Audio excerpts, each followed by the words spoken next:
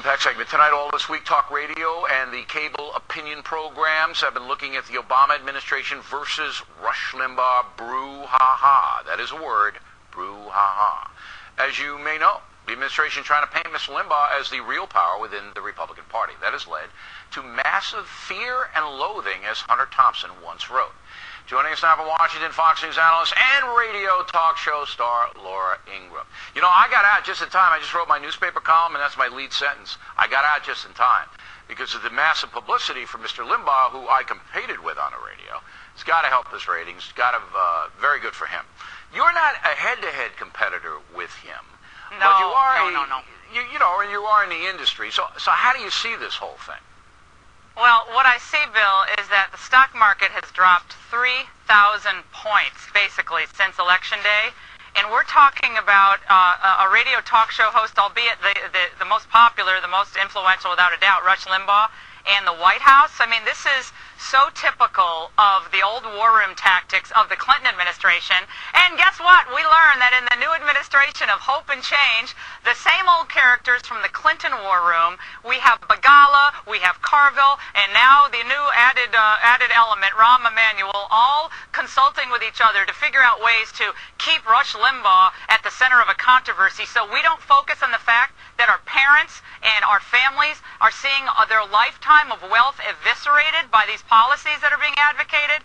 It is ridiculous to the point of absurdity.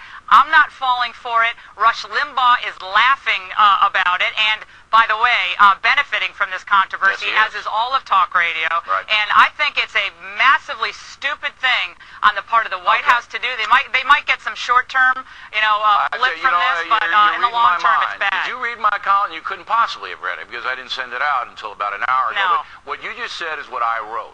That the backlash and the unintended consequences that people are going to get teed off saying exactly what Miss Laura just said. Hey, look, you know, I'm in danger of losing my job. My 401k is already gone, and he's making a big deal out of a radio guy. In the world of talk radio, you did not stop. Conservative talk radio did not stop Barack Obama from being elected president. Okay, and they tried. Most talk radio programs tried. Okay, we just had a new Fox News poll. Said 63% of Americans still approve Barack Obama, even though the markets are telling everybody we don't approve of it.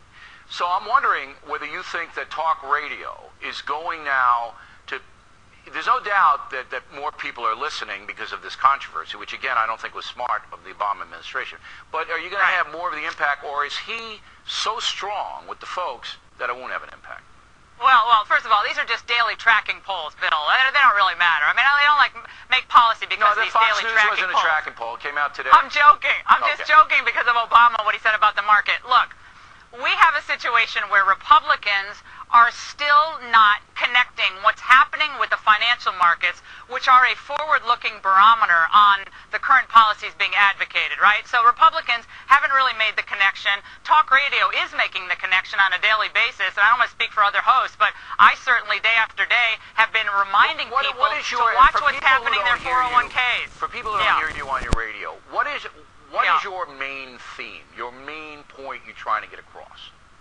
We are losing our country. So we are losing our financial markets. No, Bill, this is very serious, okay? This is way more than about a dust-up between talk radio and Obama. This is about our country. This is about our capitalist system, our financial system, our culture, and our very identity as America. It might seem like it's overblown, but when I think people look back on this period of time, they're going to think to themselves, wow, if I had only listened to what Rush Limbaugh and Laura Ingraham and Sean Hannity said over the last year, maybe we wouldn't have elected this kind of change, all right? This is change out of the 1984 Walter Mondale agenda plate, okay? It's the same stuff that's been advocated for 30 years. It doesn't work. It's never worked. I think they know it's not going to work. That's why Emanuel and Carville and Begala are cooking up the Limbaugh story to make this, front and center. They don't want people to focus on what is happening to our wealth. It's disappearing. All right, so your main theme is that the damage being done now, and there's no doubt there's damage being done, is irreversible? Is it irreversible, or can we come back? If we go down the road of cap and trade, taxing energy, fossil fuel use heaping taxes on the rich, nationalize health care. Yes, I do believe those policies will fail, and I do believe America will be transformed into a social democracy a la Europe, and that really in 10 years we'll look back and we might not even recognize our country. That's how serious I think it is. That's what I try to explore in my show, with some humor and substance at the same time. And this is the whole thing. This is the whole shooting match. Do you do the show with the bare arms, or do you have the sweater?